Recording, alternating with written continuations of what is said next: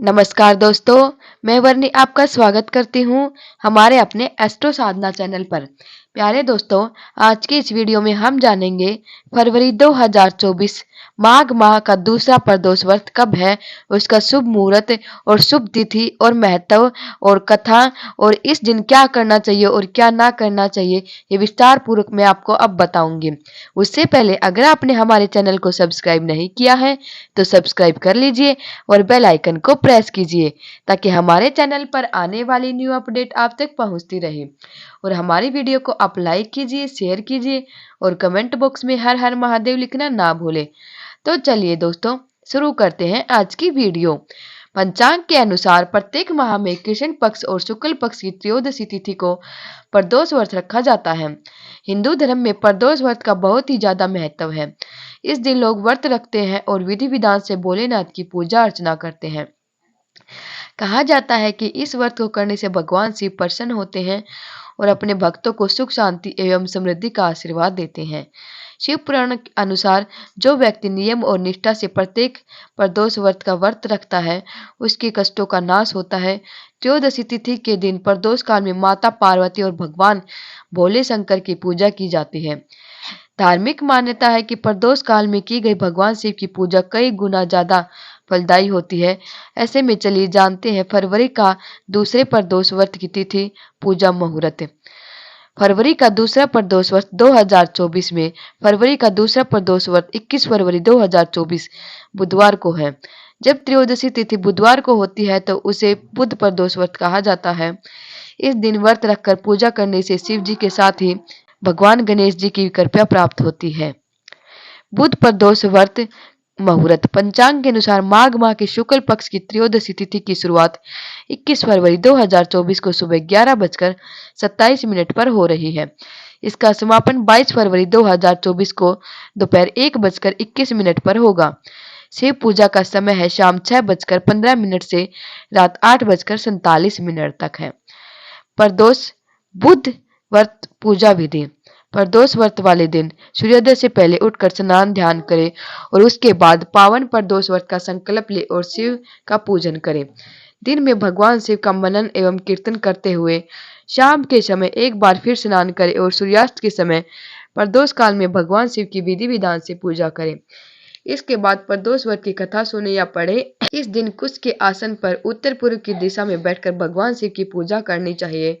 कहा जाता है कि प्रदोष व्रत वाले दिन भगवान शंकर की पूजा में ओम नमः शिवाय मंत्र का माला जाप करने पर विशेष फल प्राप्त होता है। इसलिए जलाभिषेक के साथ ही ओम नमः शिवाय का जाप भी करते रहें। इसके बाद भगवान शिव की बेल पत्र, गंगा जल, अक्षत और धूप दीप आदि से पूजा करें। बुध प्रदोष व्रत का महत्व।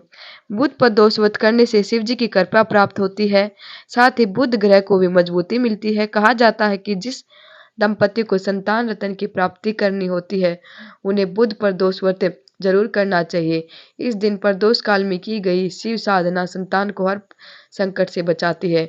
बुध प्रदोष व्रत के दिन बच्चों की समृद्धि के लिए सुबह और शाम के समय भगवान गणेश के सामने हरी इलायची अर्पित करें और 27 बार ओम बुद्धि प्रदाय नमः मंत्र का जाप करें। प्रदोष व्रत के दिन क्या ना करें और क्या करना चाहिए।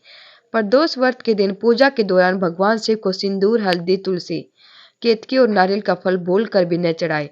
ऐसा करने से भोलेनाथ रुष्ट होते हैं। प्रदोष व्रत के दिन महिलाओं को शिवलिंग स्पर्श नहीं करनी चाहिए, इसे देवी पार्वती के प्रकोप का सामना करना पड़ता है।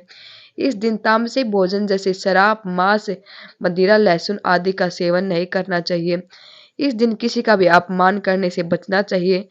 प्रदोष व्रत के दिन देर तक नहीं सोना चाहिए। व्रतियों को अन्न, चावल और नमक का सेवन नहीं करना चाहिए। प्रदोष व्रत के दिन काले वस्त्र पहनने से बचना चाहिए। बुधवार के दिन जब भी प्रदोष व्रत आता है तो उसे बुध प्रदोष व्रत के नाम से जाना जाता है। कहा जाता है कि प्रदोष व्रत के प्रभाव से व्यक्ति की सभी मनोकामनाएं पूरी होती हैं, साथ ही भगवान शिव और माता पार्वती का आशीर्वाद प्राप्त होता है। यदि आप प्रदोष व्रत करते हैं तो बुध प्रदोष व्रत कथा का पाठ जरूर करें, वरना आपकी पूजा अधूरी रह जाती है। अब मैं आपको कथा सुनाने जा रही हूँ। प्राचीन काल की कथा है। एक पुरुष का नया नया विवाह हुआ था।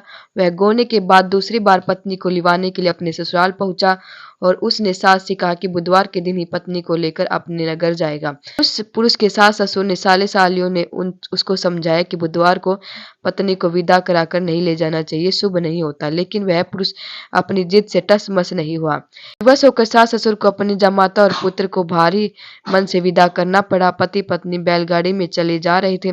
एक नगर के बाहर निकलते ही पत्नी को प्यास लगी। पति लोटा लेकर पत्नी के लिए पानी लेने गया।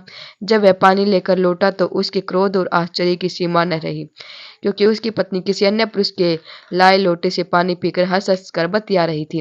क्रोध में आग बबूला होकर वह उस आदमी से झगड़ा करने लगा, मगर यह देखकर आश्चर्य की सीमा न रही कि उस पुरुष की शक्ल उस आदमी से हूबहू मिलती थी। हम सकल आदमियों को झगड़ते हुए जब काफी देर हो गई तो वहां पर भीड़ एकत्रित हो गई और सिपाही भी आ गए।